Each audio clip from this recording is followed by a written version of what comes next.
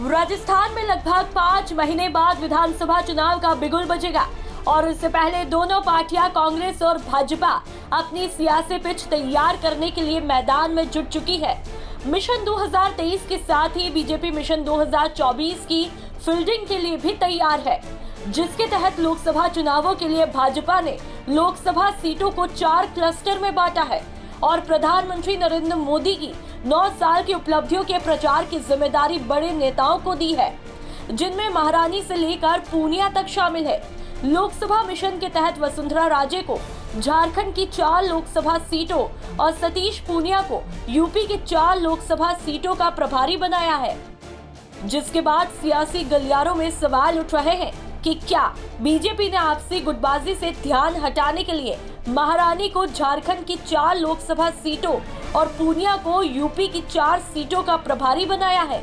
तो सवाल तो ये भी, जहां महारानी को लगातार राजस्थान की कमान सौंपने की चर्चाएं चल रही थी, लोकसभा की जिम्मेदारी मिलने के बाद अपने अंदाज में राजस्थानी कह रहे हैं कि महारानी को चुनावी साल में अपना घर छोड़कर दूसरों के घर क्यों झीमन का न्योता मिला।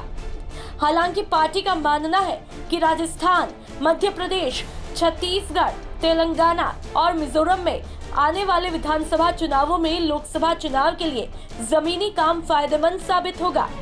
सूत्रों की माने तो वसुंधरा राजे 13 से 15 जून के बीच झारखंड यात्रा पर रह सकती है। राजे को 9 साल के मोदी सरकार की उपलब्धियों के लिए झारखंड में महासंपर्क अभियान का प्रभारी नियुक्त किया है।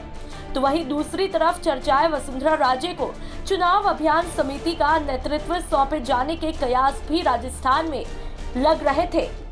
इन सब के बीच एक नई चर्चा ये भी कि जहां कर्नाटक चुनावों के नतीजों को देखने के बाद सियासी जानकार बता रहे थे कि यदि बीजेपी ने राजस्थान में महारानी को चुनाव की कमान नहीं सौंपी तो कई सीटों पर नुकसान देखने को मिल सकता है और मुंह की खानी पड़ सकती है।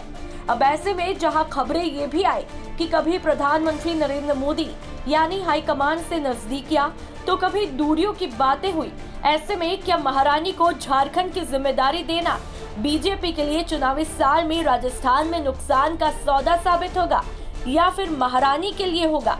तो वहीं बीजेपी जनसंपर्क अभियान को भी धार देने में जुटी है और दौसा, करौली, नागौर सीट पर भाजपा अपनी मजबूती के लिए अलग से काम करने में जुटी है। अब देखना बड़ा दिलचस्प होगा कि 2023 में किसमें कितना है दम और किसका निकलेगा दम।